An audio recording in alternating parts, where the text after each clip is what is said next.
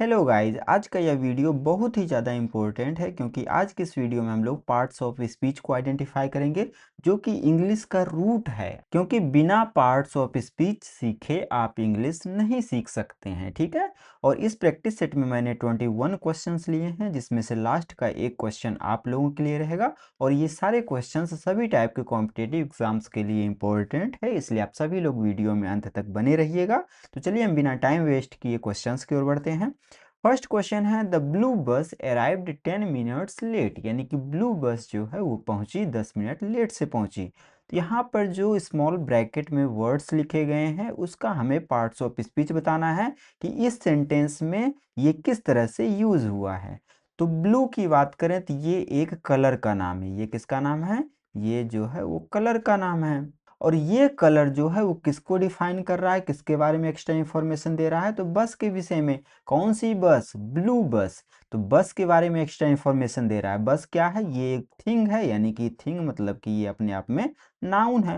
और नाउन के बारे में एक्स्ट्रा इंफॉर्मेशन दे रहा है, कोई और बस नहीं, ब्लू बस। नाउन या प्रोनाउन के बारे में एक्स्ट्रा इंफॉर्मेशन देने वाले वर्ड को हम क्या बोलते हैं? तो उसे हम बोलते हैं एडजेक्टिव, ठीक है। तो यहाँ पर ब्लू वर्ड जो है वो एडजेक्टिव की तरह यूज हुआ है, यानी कि बी नंबर इस क्वेश्चन का आंसर हो जाएगा।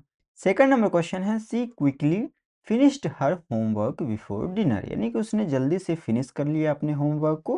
कब? तो डिनर से पहले। तो यहाँ पर क्विकली का पार्ट्स ऑफ स्पीच हमें बताना है। तो जब भी किसी वर्ड के अंत में एल वाई लग जाए वो दो तरीके से ट्रीट कर सकता है, या तो वो एडजेक्टिव रहेगा या कि फिर वो एडवर्ब रहेगा। अब हम कैसे आइडेंटिफाई करेंगे कि एडजेक्टिव है कि एडवर्ब है? यदि किसी नाउन के अंत में, किसके अंत में? नाउन के अंत में एल वाई लगा रहेगा तो एडजेक्टिव बनेगा। बट यदि किसी एडजेक्टिव के अंत में, किसके? एडजेक्टिव के अंत में एल वाई लगा रहेगा तब वो एडवर्ब बनेगा, ठीक है। तो क्विकली की बात करें तो ये किससे बनता है? तो ये बनता है क्विक से, यानी कि जल्दी। जल्दी मतलब क्या? एक्स्ट्रा इंफॉर्मेशन दे रहे हैं। तो क्विक अपने आप में क्या है? ये है एडजेक्टिव। एडजेक्टिव के अंत में एल वाई लगा तो ये एडवर्ब की तरह ट्रीट करेगा, यानी कि सी नंबर इस क्वेश्चन का आंसर हो जाएगा। और आप यहाँ पर इसके डेफिनेशन के हिसाब से भी इसको आइडेंटिफाई कर सकते हैं। उसने फिनिश कर लिया अपने होमवर्क को। फिनिश तो किया, कैसे किया? जल्दी से फिनिश किया। तो फिनिश क्या है यहाँ पर? ये है वर्ब। यहाँ पर वर्ब को मॉडिफाई कर रहा है, तो वर्ब को मॉडिफाई करने वाले वर्ड को हम क्या बोलते हैं? एडवर्ब बोलते हैं। थर्ड नंबर क्वेश्चन है, I left my keys on the kitchen table, यानी कि मैं अपनी चाबियों को कहाँ भूल गया? किचन टेबल पे भूल गया। तो यहाँ पर माई का पार्ट्स ऑफ स्पीच क्या हो? अपनी चाबी को, मैं अपनी चाबी। यहाँ पर मेरी चाबी पर क्या है? पोजीशन है, अधिकार है। तो जब भी हम पोजीशन या रिलेशन यानी कि संबंध या अधिकार शो करते हैं तो वहाँ पर वो पॉजिटिव केस में रहता है। अब पॉजिटिव केस के दो पार्ट हो जाते हैं, पॉजिटिव एडजेक्टिव या पॉजिटिव प्रोनाउन। यदि इसके तुरंत बाद आपको नाउन दिया रहेगा तो ये पॉजिटिव एडजेक्टिव रहेगा। और इसके बाद यदि आपको नाउन नहीं दिया रहेगा, नाउन ना दिया रहे तो पॉजिटिव प्रोनाउन हो जाएगा।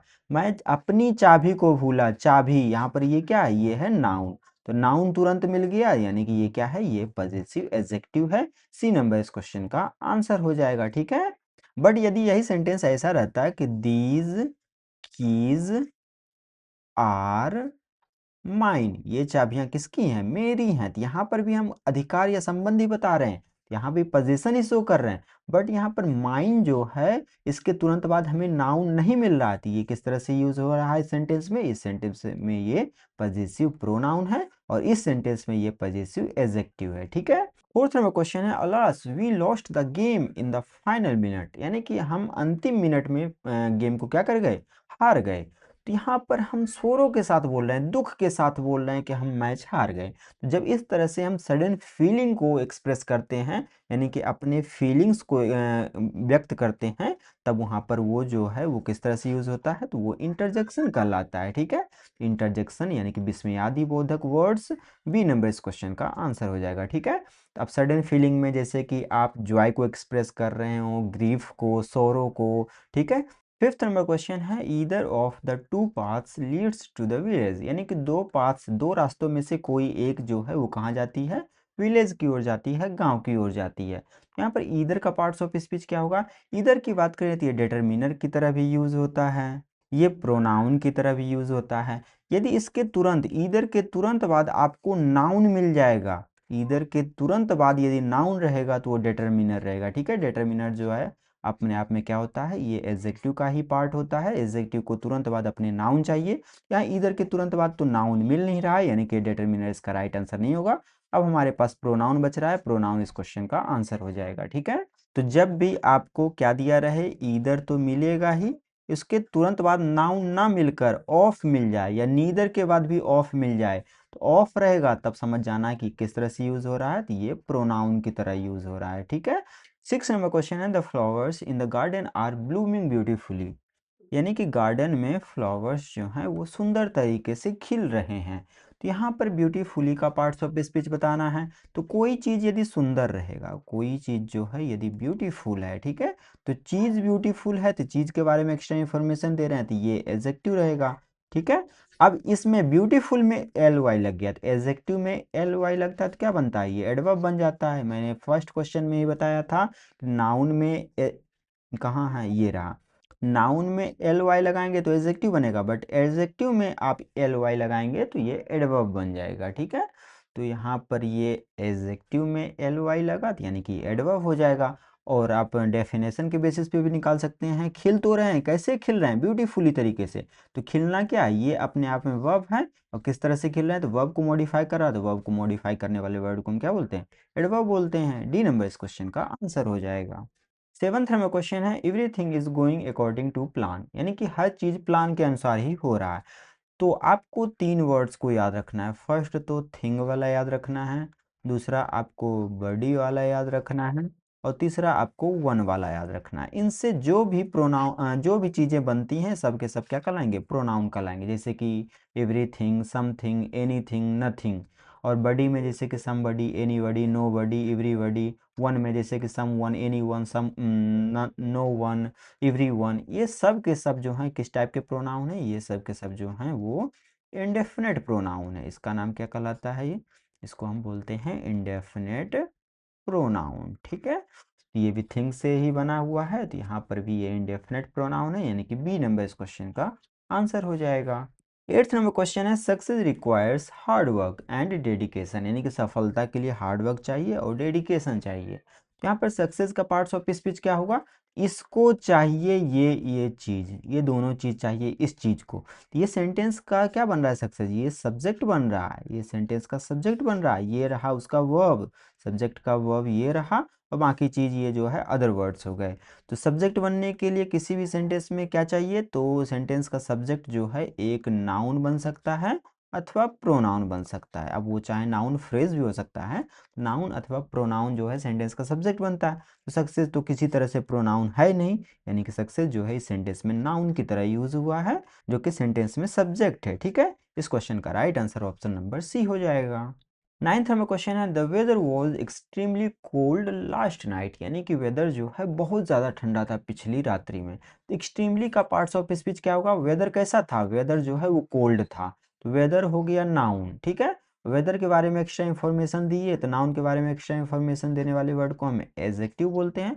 कोल्ड तो था, सॉरी कोल्ड तो था, बट कितना कोल्ड था, बहुत ज़्यादा कोल्ड था, यानी कि एडजेक्टिव के बारे में एक्स्ट्रा इन्फॉर्मेशन दे रहे हैं, तो एडजेक्टिव या कि फिर वर्ब या दूसरे एडवर्ब, इन तीनों को मॉडिफाई करने वाले वर्ड को हम क्या बोलते हैं, इन तीनों को मॉडिफाई करने वाले वर्ड को हम एडवर्ब बोलते हैं। यानी कि इस क्वेश्चन में एक्सट्रीमली जो है एडवर्ब की तरह यूज हुआ है, जो कि ऑप्शन नंबर बी में दिया गया है। ठीक है, 10th नंबर क्वेश्चन है, we walked through the dark tunnel, यानी कि हम लोग गुजरे कहाँ से, तो डार्क टनल से, यानी कि अंधेरी टनल से हम लोग गुजरे। तो थ्रू की पार्ट्स ऑफ स्पीच की यदि हम बात करें, तो थ्रू जो है अपने आप में किस तरह से यूज होता है, तो ये अपने आप में एक प्रीपोजिशन है। ठीक है, थ्रू क्या है, ये है प्रीपोजिशन, तो ये है प्रीपोजिशन जो कि ऑप्शन नंबर ए में दिया गया है। कहीं से होकर यदि आप गुजर रहे हैं या कोई चीज़ पास हो रहा है, तो वहाँ पर हम थ्रू प्रीपोजिशन का यूज़ करते हैं। 11th नंबर क्वेश्चन है, wow the sunset is absolutely stunning, यानी कि सनसेट जो है, सूर्यास्त जो है वो बिल्कुल स्टनिंग करने वाला है, आश्चर्यचकित करने वाला है। ठीक है, एब्सोल्युटली का पार्ट्स ऑफ स्पीच क्या है, तो सनसेट कैसा है, स्टनिंग है। सनसेट हो गया नाउन, ठीक है, और स्टनिंग क्या हो गया, नाउन के बारे में एक्स्ट्रा इन्फॉर्मेशन दी है, एडजेक्टिव हो गया। और स्टनिंग तो है बहुत ही ज़्यादा, मतलब एब्सोल्युटली बिल्कुल, एडजेक्टिव के बारे में एक्स्ट्रा इन्फॉर्मेशन दे रहे हैं, एडजेक्टिव को मॉडिफाई कर रहे हैं, यानी कि एब्सोल्युटली जो है वो एडवर्ब है। एडवर्ब जो है ऑप्शन नंबर डी में दिया गया है, डी नंबर इस क्वेश्चन का आंसर हो जाएगा। 12th नंबर क्वेश्चन है I bought a new car last week, यानी कि मैंने पिछले सप्ताह एक नया कार खरीदा। तो कार खरीदा, एक कार खरीदा, एक जो है यहाँ पर क्या है, ये है डिटर्मिनर यानी कि आर्टिकल है, और आर्टिकल का ये हो गया नाउन। कार तो था बट कैसा कार खरीदा, नया कार। तो नाउन के बारे में एक्स्ट्रा इन्फॉर्मेशन दे रहे हैं, नाउन के बारे में एक्स्ट्रा इन्फॉर्मेशन देने वाले वर्ड को हम क्या बोलते हैं, एडजेक्टिव बोलते हैं। एडजेक्टिव जो है ऑप्शन नंबर बी में दिया गया है, बी नंबर इस क्वेश्चन का आंसर हो जाएगा। 13 नंबर क्वेश्चन है the cat napped on the sunny window sill, यानी कि बिल्ली जो है वो सो गई कहाँ पर, तो धूप वाली जो खिड़की की चौखट थी वहीं पर वो सो गई। तो बिल्ली सो गई, बिल्ली ने ये काम किया, तो यहाँ पर ये वर्ब का सेकंड फॉर्म है, ठीक है। तो ये वर्ब की तरह यूज हुआ है जो कि ऑप्शन नंबर ए में ही दिया गया है। 14 नंबर क्वेश्चन है नीदर सरा nor mark could attend the meeting, यानी कि ना तो सरा ना ही मार्क जो है मीटिंग को अटेंड कर सका। तो इन दोनों में से कोई नहीं कर सका, तो नीदर नॉर, ना तो ये ना ही ये जो है इन दोनों को जोड़ रहा है, तो जोड़ने का काम कर रहा है, कंजंक्ट करने का काम कर रहा है। तो कंजंक्टिव वर्ड क्या कहलाते हैं, कंजंक्शन कहलाते हैं। नीदर नॉर, ईदर और, नॉट ओनली बट ऑल्सो, ये सब के सब जो हैं वो कंजंक्शन हैं। यहाँ पर बी नंबर इस क्वेश्चन का आंसर हो जाएगा। 15 नंबर क्वेश्चन है please bring me the book from the self, यानी कि कृपया करके मुझे किताब मेरे लिए ला दो, कहाँ से, सेल्फ से। मेरे लिए ला दो, मेरे, ये आई से बनता है, आई अपने आप में प्रोनाउन है, तो ये भी तो आई से बना, तो ये भी तो प्रोनाउन ही होगा, ठीक है। प्रोनाउन यहाँ पर ऑप्शन नंबर बी में दिया गया है, बी नंबर इस क्वेश्चन का आंसर हो जाएगा। 16 नंबर क्वेश्चन है the performance was better than I expected, यानी कि जैसा मैंने एक्सपेक्ट किया था परफॉर्मेंस उससे बेटर था। तो परफॉर्मेंस बेटर था, यहाँ पर आर्टिकल लगा हुआ है, आर्टिकल किसके लिए आता है, नाउन के लिए, ये पार्ट ही अलग हो गया, ये तो वर्ब यहाँ से स्टार्ट हो गया। तो हमारे पास इसके बाद एक ही वर्ड बच रहा है, तो जब आर्टिकल के बाद एक ही वर्ड बचे तो वो निश्चित तौर पर क्या रहेगा, वो नाउन रहेगा। यहाँ पर परफॉर्मेंस जो है वो नाउन की तरह यूज़ हुआ है, जो कि सेंटेंस में ये पूरा जो है इस वर्ब का सब्जेक्ट की तरह यूज़ हुआ है। ए नंबर इस क्वेश्चन का आंसर हो जाएगा। 17 नंबर क्वेश्चन है she sings well enough to be professional, यानी कि वो बहुत अच्छा गाई प्रोफेशनल बनने के लिए। तो वेल का पार्ट्स ऑफ स्पीच क्या होगा, तो आपको दो वर्ड्स याद रखना है, एक तो गुड याद रखना है, एक वेल याद रखना है। गुड की बात करें तो ये जो है एडजेक्टिव होता है, और वेल की बात करें तो ये एडवर्ब होता है। और आप क्वेश्चन से भी डिसाइड कर सकते हैं वह गाई, कैसा गाई, बहुत अच्छा गाई। तो गाना ये वर्ब हुआ, कैसा गाई, बहुत अच्छा, तो वर्ब को मॉडिफाई कर रहा है ये वर्ड, तो वर्ब को मॉडिफाई करने वाले वर्ड को हम क्या बोलेंगे, एडवर्ब बोलेंगे। यहाँ से भी आप डिसाइड करते हैं, कर सकते हैं, बी नंबर इस क्वेश्चन का आंसर हो जाएगा। 18 नंबर क्वेश्चन है keep your shoes under the bed, अपने जूतों को कहाँ रखो, बेड के नीचे रखो। तो योर का पार्ट्स ऑफ स्पीच क्या होगा, तो आप जो भी रिलेशन या पोजीशन शो करने वाले वर्ड्स आपको मिले, जैसे कि योर हो गया तुम्हारा, और माई हो गया, हिज हो गया, हर हो गया, देयर हो गया, ये सब के सब क्या हैं, ये सब के सब जो है वो पजेसिव एडजेक्टिव हैं, क्या है, पजेसिव एडजेक्टिव हैं। इसके तुरंत बाद आपको क्या मिलेगा, इसके तुरंत बाद आपको नाउन मिलेगा, ठीक है। तो यहाँ पर बिल्कुल नाउन लिखा है अपनी जूतों को, तो यहाँ पर नाउन मिल गया, तो ये पजेसिव एडजेक्टिव हो जाएगा, जो कि ऑप्शन नंबर सी में दिया गया है, ठीक है। 19 नंबर क्वेश्चन है it was a long journey but we finally arrived, यानी कि ये एक लंबा जर्नी था लेकिन हम फाइनली पहुंच गए। यहाँ पर फाइनली का पार्ट्स ऑफ स्पीच बताना है हमें, हम पहुंच गए, ये हुआ सब्जेक्ट, यानी कि यहाँ पर वी जो है सब्जेक्ट है, प्रोनाउन है। पहुंचना ये हो गया वर्ब, पहुंचे तो कब पहुंचे, फाइनली पहुंचे, तो वर्ब को मॉडिफाई कर रहा है, तो वर्ब को मॉडिफाई करने वाले वर्ड को हम क्या बोलेंगे, एडवर्ब बोलेंगे।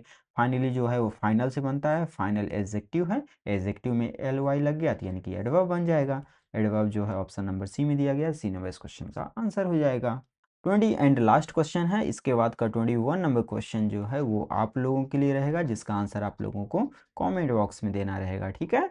20 नंबर क्वेश्चन है ouch that thorn pricked my finger, यानी कि आउच उस थॉर्न ने, उस कांटे ने मेरी उंगली को चुभो दी, प्रिक्ड कर दी। यहाँ पर दैट का पार्ट्स ऑफ स्पीच क्या होगा, तो आपको याद रखना है कि जितने भी डेमोन्स्ट्रेट करने वाले वर्ड्स होते हैं, जैसे कि हो गया दिस हो गया, दैट हो गया, दीज हो गया, दोज हो गया, इन सभी का यूज़ हम डेमोन्स्ट्रेट करने के लिए करते हैं, इशारा बताने के लिए करते हैं। वह, वे सब, वो सब, ये सब इशारा करने के लिए तो यूज़ करते हैं, यानी कि डेमोन्स्ट्रेट करने के लिए करते हैं। तो ये सब क्या कहलाते हैं, इन सबको हम डेमोन्स्ट्रेटिव एडजेक्टिव या कि फिर डेमोन्स्ट्रेटिव प्रोनाउन इन दोनों की तरह इनका यूज़ हम करते हैं। अब हमें डिसाइड करना है कि यहाँ पर दैट जो है डेमोन्स्ट्रेटिव एडजेक्टिव है कि डेमोन्स्ट्रेटिव प्रोनाउन है। एडजेक्टिव की तरह यदि आप यूज़ कर रहे हैं तो इसके बाद आपको नाउन लिखना पड़ेगा, और प्रोनाउन की तरह यूज़ कर रहे हैं तो इसके बाद आपको नाउन लिखने की ज़रूरत नहीं है।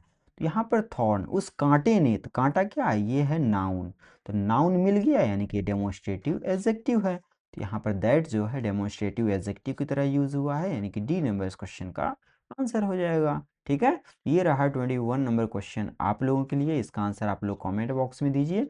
यदि वीडियो हेल्पफुल लगा हो तो चैनल को सब्सक्राइब कर दीजिएगा, वीडियो को लाइक कर दीजिएगा, और अपने फ्रेंड सर्कल में इस वीडियो को शेयर कर दीजिएगा। ठीक है, तो तब तक के लिए थैंक यू, मिलते हैं अगले वीडियो में।